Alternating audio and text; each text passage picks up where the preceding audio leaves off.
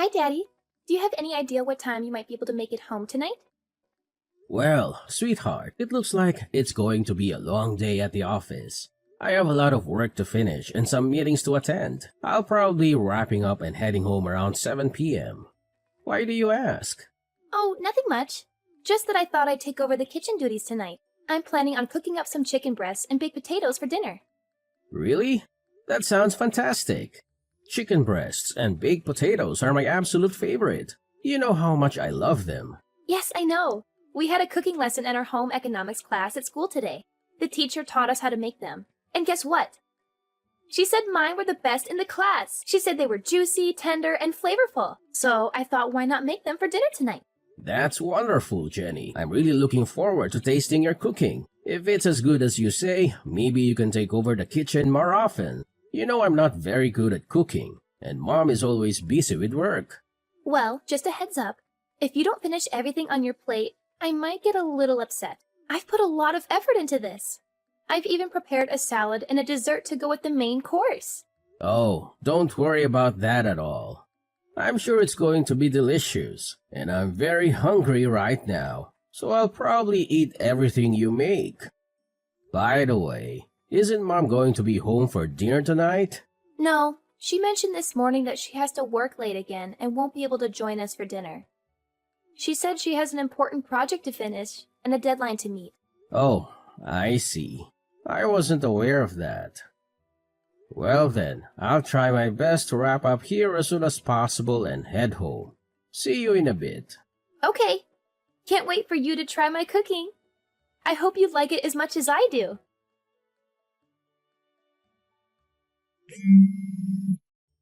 Kayleen, are you there? Huh? What is it that you need? I'm currently swamped with work. I have a lot of deadlines to meet and a lot of reports to write.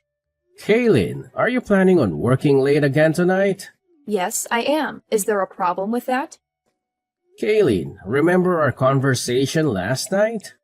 You promised me that you'd try to come home early today. We agreed that we should try to minimize the time Jenny spends alone at home. Did I say something like that? I don't recall making such a promise. Besides, there's not much I can do about it. It's work. Working moms are always busy. That's not a valid excuse, Kayleen. We're both busy. We had a discussion about this just the other day. We agreed that we need to be more present in Jenny's life. She needs our attention and support, especially at this age. What? Are you trying to paint me as the villain here? That's not my intention, Kayleen. We made a mutual decision to try harder for Jenny's sake. You've been working a lot of overtime these past few months. And you've been delegating household chores to Jenny too, haven't you? She's still in junior high. She should be focusing on her studies or spending time with her friends, not doing laundry and cooking dinner for us. What's the big deal? If you're so concerned about Jenny being alone and doing housework, why don't you quit your job and stay at home? And have us all live off of your income? You're a temporary worker, Kayleen. Your income isn't stable enough to support us all. You don't have any benefits or security in your job. Oh, so now you're looking down on me because I'm a temp worker? You're such a hypocrite. You were the one who encouraged me to get a job in the first place. And now that I have one, you're still not satisfied? You're impossible. I'm not looking down on anyone, Kayleen. You suggested that I quit my job, and I'm just explaining why that's not feasible. And let's not forget that you don't contribute any of your earnings towards our family expenses or bills. If I were to stop working, we wouldn't be able to maintain our current lifestyle. We'd have to cut back on a lot of things. Well, raising a child is hard work, and being a temp worker was the only option I had. Maybe if you quit your job and stay home, I could find a stable full-time job and support us. Well, anything is possible. There's something I've been meaning to tell you. A woman doesn't want to be financially dependent on her man. She wants to be able to support herself financially. That means I don't want to be stuck at home having you dictate what I can and can't buy because of our budget constraints. I want to earn my own money and spend it on whatever I want, whether you approve or not. You need to understand that. I'm not quitting my job just so I can stay home with Jenny. Okay, Kayleen. I understand where you're coming from. My main concern was for our daughter's well-being. If you want to continue working late and aren't able to be home when Jenny is there, then we'll have to figure out another solution. Maybe we can hire a babysitter or ask one of our relatives to look after her. Oh, there's something else I need to tell you. You know the debate competition Jenny has been preparing for this week after school? Well, there was a scheduling conflict with the basketball tournament, and they had to move her debate competition to next week. Next week? That might be difficult for me. I'll have to rearrange some things. I already requested the afternoon off for this week, but I don't know if I can do it again for next week. Let's not mention this change in schedule to Jenny until we're sure whether or not we can make it. It would break her heart if we weren't there for her debate competition. Let me see if I can rearrange my schedule at work. I should know by Friday whether or not it'll be possible for me. Don't worry. Even if you can't make it, one of us will be there for her. She'll have someone there cheering her on. Okay then. If her debate isn't this week, then I guess I'll tell my boss that I won't need the afternoon off after all. Hopefully, someone will be able to cover for me next week. Okay, we won't mention anything about this change in schedule to Jenny until we're sure. Dad, where are you at this moment? I've been searching for you everywhere. Right now, I'm still at the office, sweetheart. Is there something you need from me? Don't worry, I'll make sure to be home in time for our dinner together. Whatever. I can't believe you would just cancel our plans without even having the courtesy to inform me. What are you talking about? I'm really upset with you right now. I don't even want to see your face anymore. What? Jenny, what happened? Did I do something that upset you? Can you tell me what it is that I did wrong? Jenny, are you still there? Jenny, please talk to me. I'm worried about you. Is Jenny at home right now? I was hoping to have a chat with her. No, she's not. Why do you ask? Well, earlier today, Jenny sent me a message saying that she hates me. It's left me quite perplexed. Did I do something to upset her? Maybe. I'm not entirely sure. But you know how teenagers are. They're at a rebellious age where the smallest things can set them off. I don't think you should worry too much about it. It might be best to give her some space for a few days and let her cool off. I'm not so sure. I feel like it might be better if I talk to her and try to understand what's bothering her. Trust me, that might just end up making things worse. She's not going to appreciate her father prying into her personal matters. I understand how girls her age feel. Let's just give her some space for a few days and let me handle this, okay? Maybe you're right. All right then, I'll leave it up to you. Good. I'll take care of everything. For now, just keep your distance from her. And don't worry about her debate competition either. I'll be there for her so you don't have to. In fact, given the circumstances, it might be better if you didn't attend. If you think that's best. It's not uncommon for children to say things they don't mean in the heat of the moment. Don't take it too personally. I suppose it's just that she's never said anything like that to me before. Well, maybe she's been holding it in for a long time. Maybe she's been feeling neglected and unloved by you. Or she's been resenting you for always being busy with work and never spending time with her. That's not true. I love Jenny more than anything in the world. I work hard to provide for her and give her a good life. I always try to make time for her whenever I can. Well, maybe that's not enough for her. She needs more than just material things from you. She needs your attention, affection, guidance, and support. But I do give her those things. I always listen to her when she talks to me. Really? What? What are you talking about? Jenny, what do you think about going for a drive tonight? Just you and me. It's been a while since we've had some quality time together, just the two of us. We could use this opportunity to catch up and talk about anything that's on your mind. No, I don't feel like it. Jenny, I've noticed that you've been avoiding me these past few days. I'm not sure why, and it's really bothering me. If I did something to upset you, I want to make it right. Can you at least tell me what's wrong? I'm here to listen. It's about my debate. You never came to see it. You said you'd come. You promised. Huh? Your debate? But isn't your debate scheduled for next week? No, it's over. What? Are you serious? Your mom told me it was rescheduled to next week. It wasn't rescheduled. Jenny, I'm so sorry. It's not just that. You told Mom that I'm ugly and stupid, didn't you? Mom's friend told me you said it. What? Jenny, I would never say anything like that.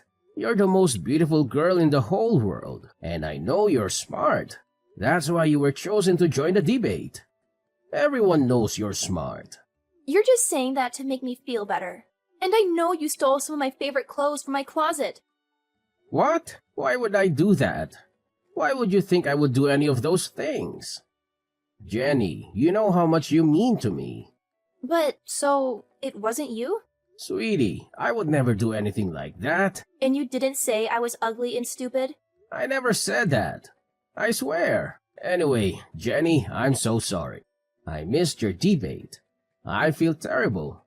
It's not next week? It's really over? Yeah. I'm sorry. I don't know how this mix-up could have happened. I should have been there for you. I really wanted to go and watch you. I swear. Yeah, I know. I'm sorry too. So, sweetie, who was it that said I was saying bad things about you? Which one of Mommy's friends? The guy that Mom brought to my debate with her. Huh? I didn't know who it was, so I felt really strange when I saw him with her. And after the debate, the three of us went out for dinner. And her friend was acting like he had known me for a long time. He was way too friendly. It was kind of creeping me out. Was it someone you know? No, that was the first time I'd ever seen him. I see. How about we talk more about all of this tonight? And let's not tell Mom about our conversation, okay? Okay, let's go out for dinner. We haven't done that together in a long time. That sounds like a great idea. I'll be leaving the office in a few minutes. See you soon. Okay. That night, Jenny told me a bunch of things my wife had been doing.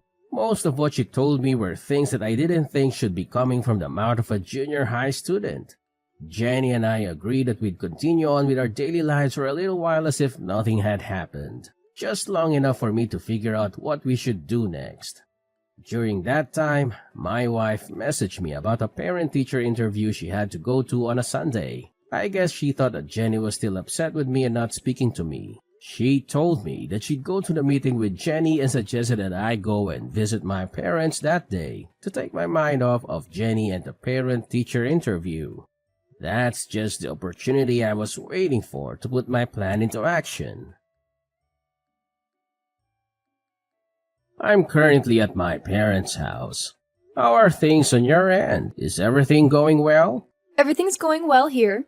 The parent-teacher meeting isn't scheduled until later this afternoon. We're just taking it easy at home and watching some TV. It's a nice change of pace. Wait, did you say you're at home? I thought you might be out somewhere. Yes, why wouldn't I be? I'm just enjoying a quiet day at home. Oh, I see. So you're living in a hotel now? That's news to me. I must have misunderstood something. What are you talking about? Why would I be living in a hotel? Well, to be honest, I'm not actually at my parents' house right now. I'm downtown, and guess what? I saw someone who looks exactly like you. She even went into a hotel with a man I've never seen before. She seemed really happy and excited. Maybe she had a double espresso this morning to kickstart her day. That's interesting, but I'm sure you're mistaken. It must have been someone else who looks like me. Are you sure? Because she's wearing the same suit you said you were going to wear to Jenny's parent-teacher interview today. The exact same dark blue blazer. The guy looked pretty dressed up too.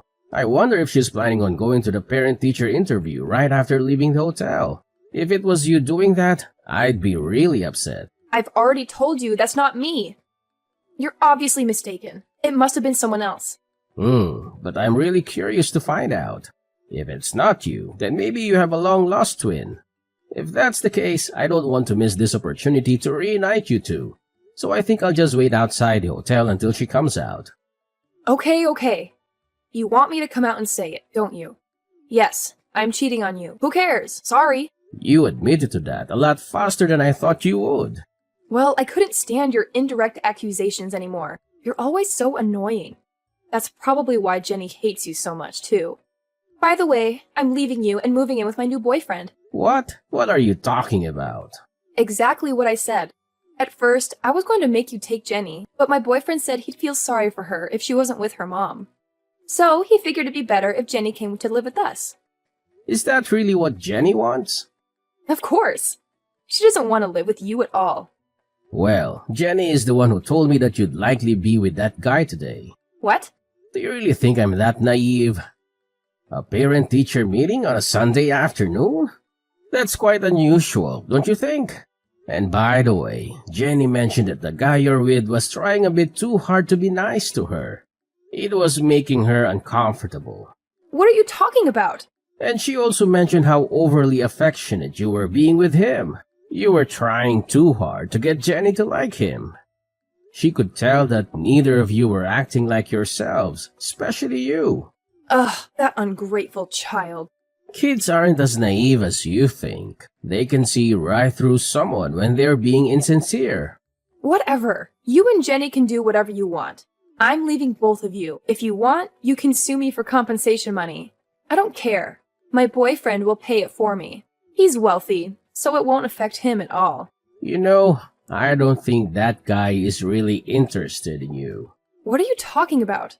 Jenny told me that some of her clothes have gone missing from her room. Have you been inviting that guy over to our house? Yes, he's been over, but her clothes are missing? Jenny's clothes? He's the only person I can think of who would take them. Don't you think that might be why he was so insistent about Jenny moving in with you two? No. He's not like that. Why don't you just ask him? He's in the same room as you right now, isn't he?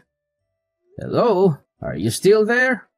He left. What happened? When I told him that after we divorce, I was going to have Jenny live with you instead of me. He said, well then there's no point in any of this, and just left. Is that so? That's hilarious. Did that really just happen? Oh, some guy looking really upset just left the hotel. That must be him. Don't worry about it. Hey, are you still there? Yes, I'm here. I literally just sent you a message. No, I mean, are you still standing in front of the hotel? Yes. Why do you ask? I'm in room 405. Why don't you come up here? What are you talking about? I'm sorry for all the harsh things I said to you earlier. I realize now that I was wrong. I promise not to behave like that again. Can we talk this over? That's not possible right now. So just hurry up and get down here. Why not? It wasn't my fault. He deceived me. I had no idea he was that kind of person.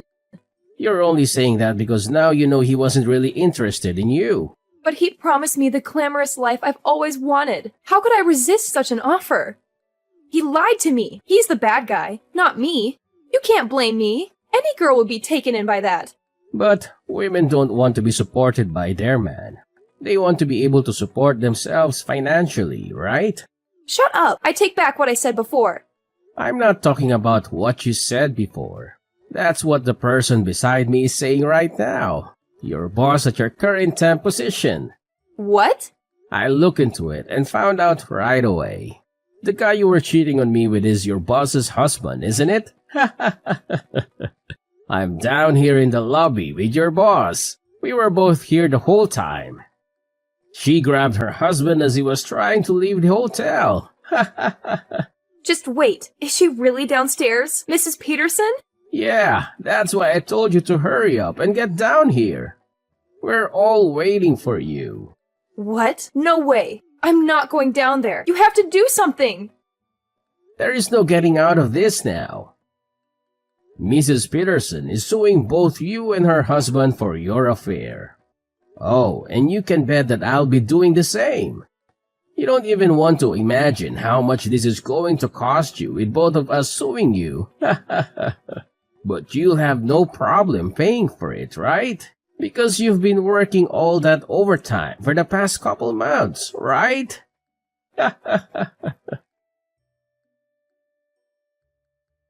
After that, Kaylin tried to sneak out a back way, but we had planned for that, and Mrs. Peterson caught her on her way out.